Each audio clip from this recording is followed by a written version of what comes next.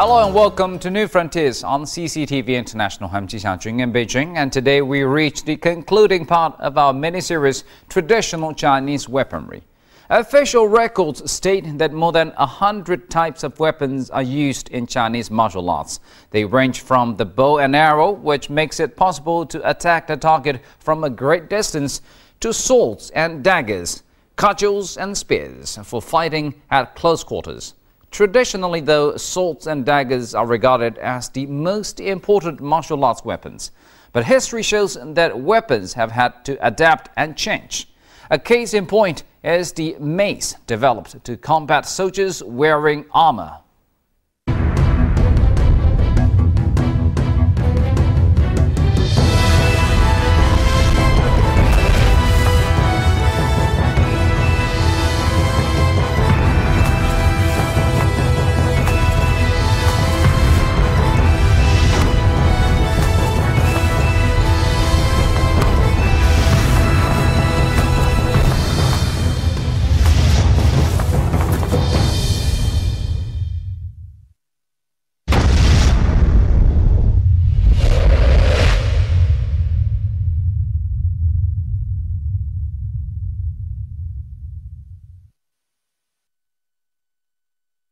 The mace first appeared in China during the Sui dynasty, 2 dynasties prior to the Song dynasty.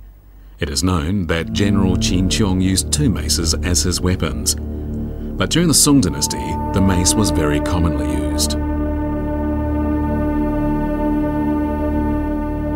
This Song dynasty era mace weighs 2.5 kilograms and is about 90 centimeters long. It is made of iron so that it will not break easily, and it features a beautiful handle.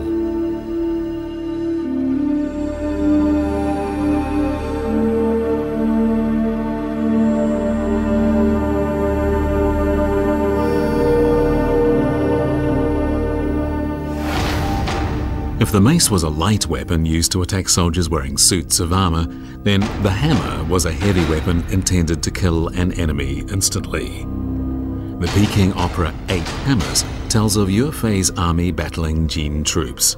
According to the story, Yue Fei's son, Yue Yun, and 3 other generals of the Yue army used 8 hammers, known among Song soldiers as Gu Duo.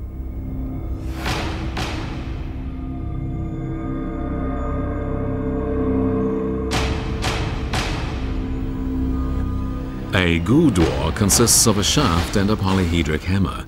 However, most of the Gu Duos available today have a round hammer.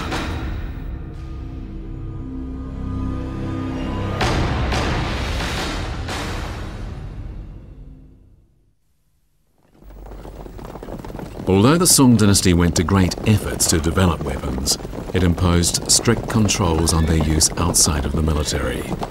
Song laws barred civilians from possessing weapons other than double and single-edged swords, and anyone found guilty of possessing illegal weapons would be sentenced to 1.5 years of hard labor.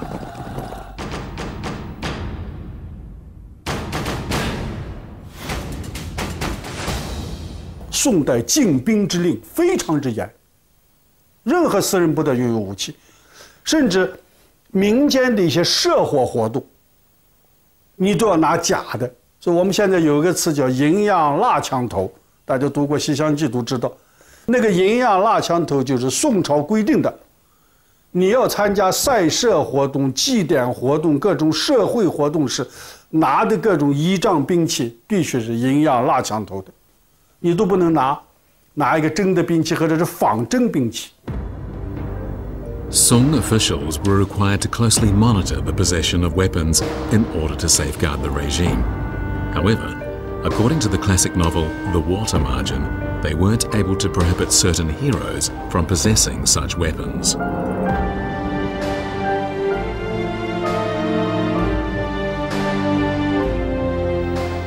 One of those heroes was Hu Yanzhuo, known for using a pair of steel rods as weapons. A rod is like a club, and while a mace has edges and corners, a rod is round and smooth. But as a rod didn't have a sharp edge like a sword, the soldier had to be very strong indeed to use it effectively. One of Hu Yan's rods weighed 6 kilograms and the other 6.5 kilograms.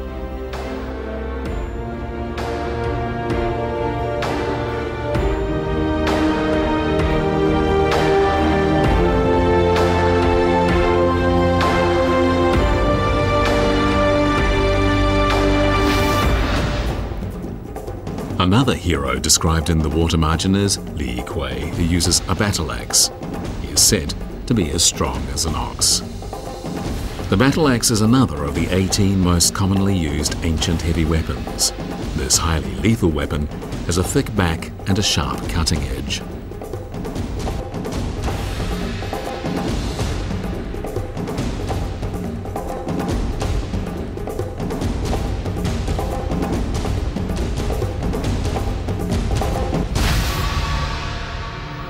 In the water margin, Xu Ning is a general who uses barbed lances. Barbed lances originated from halberds, and they were made by turning the cutting edges of the halberd inwards. Although this was a change that first appeared in the Tang dynasty, barbed lances were used much more commonly in the Song dynasty. During the Song dynasty, Xu Ning destroyed the government's armoured cavalry using barbed lances, and after he and his Liangshan brothers were offered amnesty and enlistment, the government paid great attention to barbed lances and then issued them as standard military weapons. According to Outline of Military Science, there were 3 kinds of barbed lances. It is known that later, Yue Fei wiped out the cavalry of the state of Jin using these barbed lances.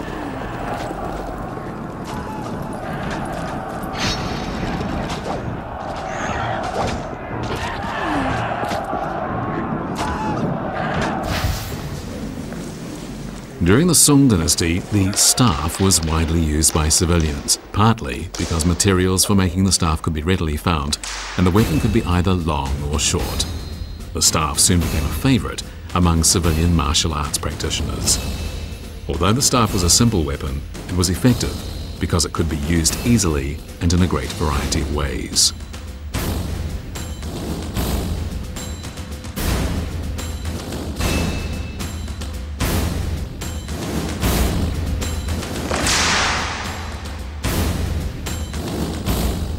During the Song dynasty, the staff became the symbol of a constable catching an offender.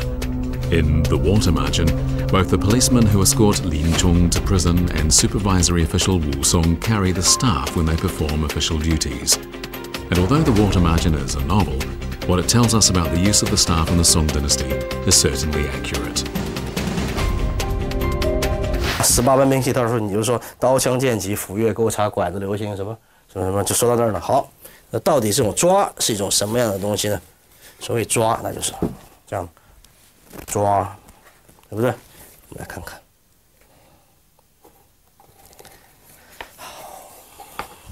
神人。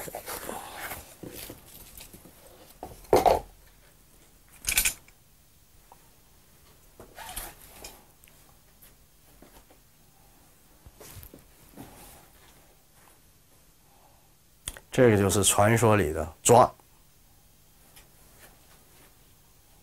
记得古龙小说里边有一对神奇的兵器啊，一个青魔手，一个红魔手。青魔日哭，红魔夜哭，对不对？这个红魔一出，那是不得了了，血光成灾。那这呢，也就是传说里边的抓。抓呢有3爪，有5爪，前面呢是活动的，这是带着齿痕。 The Song dynasty, despite its superb weapons, was actually very weak militarily. Its forces, in constant fighting with various ethnic minorities, lost one battle after another. As a result, Song suffered the indignity of having to give up territory and pay indemnities. 赵匡胤是靠着因为掌握兵权而夺了后周的政权。 所以他很注意这个问题，所以宋代的将和军队是分开的，跟中国古代其他时候都不一样的，就是出兵时候临时兵将，而且很多将都是文官，所以这里边呢就出现很多军事制度方面的问题。这些问题和作战，它不完全是靠说你军队的装备的兵器非常精良就可以打胜仗。 The year 1555 saw battles between Ming troops and Japanese pirates in coastal areas of Zhejiang province. When Ming troops lost their first battle, it was due in part to the fact that the highlands in the area made it difficult to deploy troops, But, to a greater extent, it was because Ming troops had inferior weapons. 兵器在这时候是决定性的作用。倭寇的刀长5尺，双手持握，大力劈砍，而且刀又好。明代的腰刀3尺，单手的。首先，咱们举个最简单的例子，你说我双手有力还单手有力，对不对？再加上他的刀又确实这么好，那一劈下来的话，确实是，加上这个日本人他这个单兵的作战，他的刀法确实很出众，这个你不相信不行的。 Why was it that Japanese swords which originated in China had become so effective?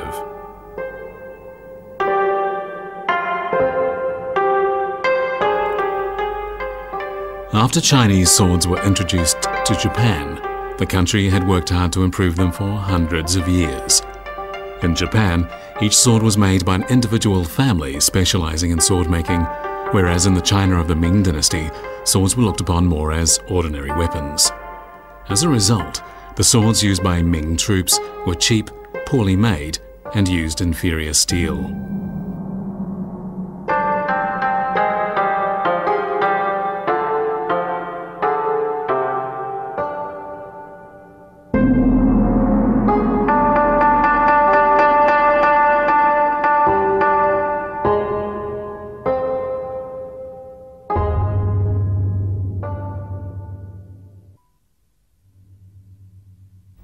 When a man by the name of Qi Jiguang began to take charge of the defense of Zhejiang in the year 1556, he enlisted soldiers from coastal areas, trained them under strict conditions, and founded the famous Qi army. In addition, he improved the weapons used by Ming troops so that they could better fight the Japanese pirates. 10个人分左右排列，前后4排，对不对？这样子前面呢，最前方 是有一个人用一个长的大的盾，方盾，还有一个人用的是圆的藤牌，在旁边呢是这个队长也要站在第一排，但是大家有说队长必须要保护，如果队长死掉了，所有这个10个人全杀，对不对？那其后是什么呢？对不对？其后呢就是他们叫做第2排，叫做一种狼仙的一种兵器。 The Langxian was a special weapon made of bamboo. Qi Jiguang had his men cut 5-meter lengths of bamboo with their branches still attached, and he then had iron heads affixed to them. These weapons were known as Langxian spears, and they were just like long spears, and they could hit an enemy 5 meters away. When Japanese pirates came up against these Langxian spears, they had difficulty driving them back.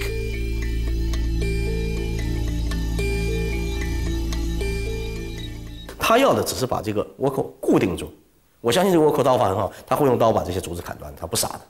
可在砍断的过程中，一拥而上，他被制住了。有用刀的，后边还有用矛的，甚至用钉耙的，对不对？各种兵器一配合。那如果说倭寇呢，从其他方向进攻呢，他这个阵还可以从1列变成2列，什么大3才阵、小3才阵。那实际上来说呢，戚继光这个呢，他这个阵法，我们想象一下，他跟现在反恐部队的一个反恐或者一个特种作战、一个特种作战小组是太合适了，完全是异曲同工之妙。 According to historical records, Qi Jiguang fought the Japanese pirates in southeast China for 10 years.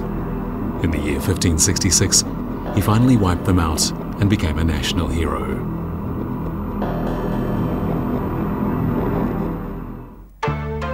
During the Ming and Qing dynasties, Chinese martial arts developed quickly. A full range of martial arts techniques appeared, and a large number of different martial arts schools were founded.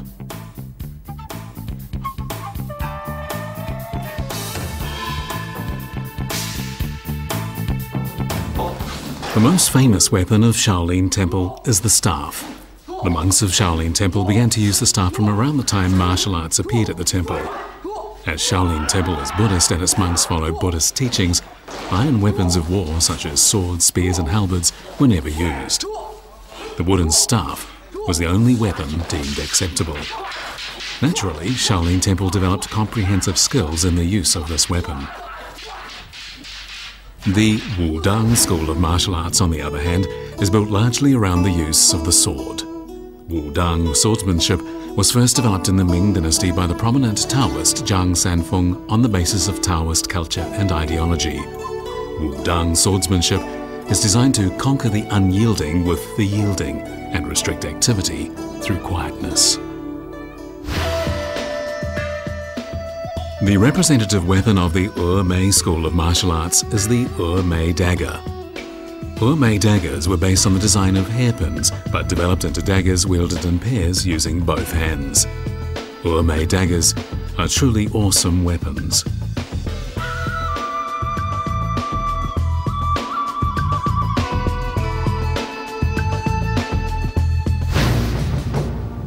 In the year 1644, the Qing army conquered the parts of China that had up to that time not been brought under the empire's rule. The 8 banner soldiers of the Qing army excelled with the broadsword and spear in an era that saw traditional Chinese weapons reach an unprecedented level of excellence. However, after the Qing army conquered the rest of China, social disturbances became increasingly serious and anti-Qing societies sprung up from one end of the country to the other. These societies promoted martial arts as a means to fight against the Qing government, and it was said they commonly used hidden weapons.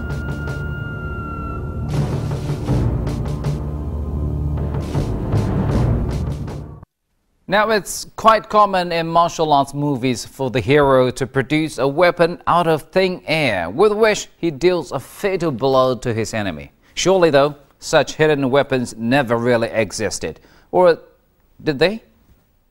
至于现在大量的被描写的民间武艺中间的暗器，我觉得有一些社会层次啊，或者某一些人物中间使用这种手段，比如袖剑啊等等，或者飞刀还有什么镖啊，那么这些都有，但是比例不大，更多的是文学作品中、小说中描写的大量的。 In works of fiction, the cruelest hidden martial arts weapon is the Xue Di Zi dart, which is depicted as a weapon used to kill from a long distance. But in reality, there never was such a weapon. There was, however, the Qian Kun ring, the hidden weapon that comes closest to the fictional Xue Di Zi dart. A Qian Kun ring weighs about 2 kilograms and is covered with thorny spikes. It is said that similar rings were used by Mongolian cavalrymen.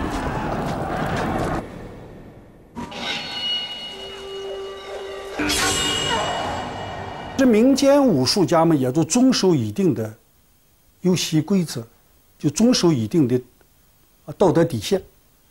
用这种手段来伤人，恐怕不是中国武林的传统。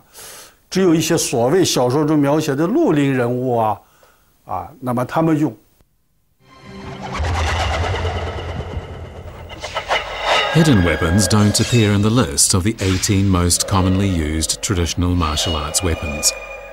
However, it seems hidden weapons did to a certain extent become a part of traditional Chinese weapons. Historically, there were weapons such as hidden darts and flying cutters, but today none of them can be seen.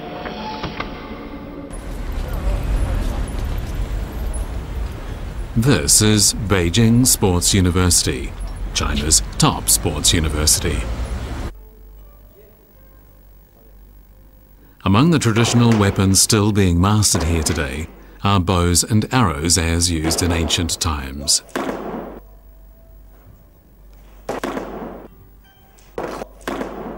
But we can also see China's oldest hidden weapon in use, the slingshot. Today they're no longer used as weapons, of course, but they do feature in martial arts performances. At one time in history, the slingshot was an effective hidden weapon. A slingshot is a hand-powered projectile weapon first developed for hunting. Unlike arrows, which make a whooshing sound as they fly through the air, the round projectile that flies from a slingshot travels quietly toward its target. As slingshot projectiles didn't announce they were on their way, they were often used in surprise attacks or for self-defense purposes.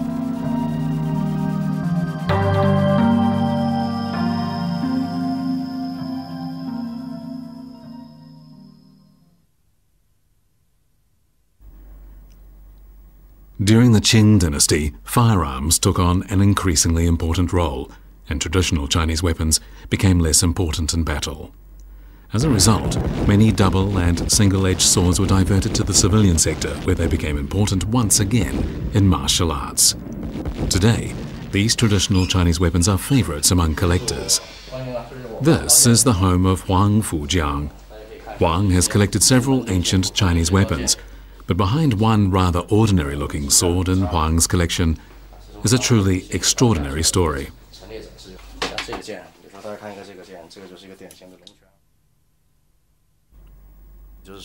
The sword in Huang's hand was an ordinary sword used by an officer in the last years of the Qing dynasty, but it bears two surprising words: kill demons.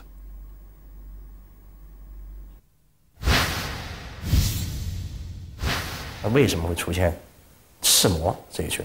当时我也觉得很奇怪，最早也是出于只是跟朋友的争论，当然后来我就把这广贴在世界上发email嘛，有了这个网络拉近了大家距离，说这个照片这样，你们能不能告诉我到底怎么回事？结果很有意思，是一个美国的相剑师，大家想不到吧？在美国现在这么先进的社会，还有人靠吃相剑，就是说帮你看剑，还有干这碗饭的，是一个美国人，当然据说也许有华籍的血统之类的。他跟我说，他说您知不知道，在这个19世纪的时候，很多人把我们叫做鬼，叫我们叫魔，赤魔是驱魔斩鬼。实际上呢，中国人民是把这个所谓的这个帝国主义这些侵略者吧，称之为魔，称之为鬼。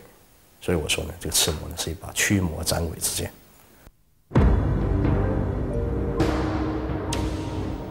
But this sword was a symbol of the weakness of traditional Chinese weapons in the later period of the Qing dynasty. Following the Opium War, many generals and soldiers of the Qing dynasty called foreign invaders demons, and they had the words "kill demons" inscribed on their swords. They then tried to use these swords to defeat the Westerners, but the swords were, of course, no match for Western firearms. In the end, traditional Chinese weapons that had been used for thousands of years had to give way to the more powerful firearms.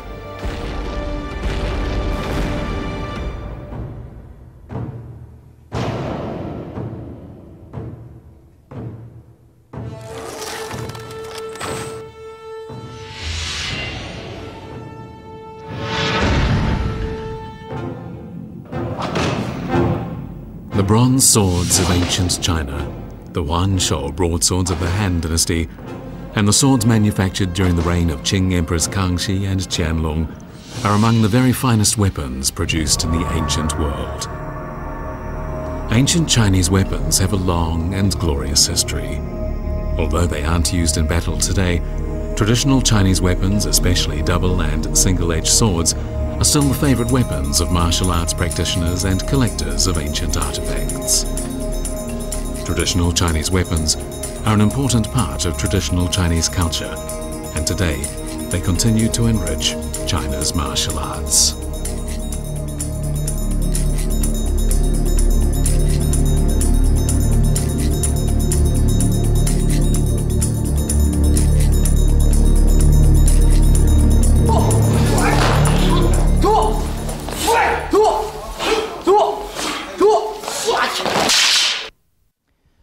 The recent Chinese box office hit Red Cliff featured many of the cult weapons that were used in the Three Kingdoms period. The film provoked a storm of interest in traditional Chinese weaponry, not only in China itself, but also around the world. In fact, the film has spawned a highly profitable business, making reproduction weapons. As a sign of how the ancient weapons of China retain their romantic appeal. And thank you for staying with us on today's New Frontiers. I'm Ji Xiaojun from CCTV International. Goodbye.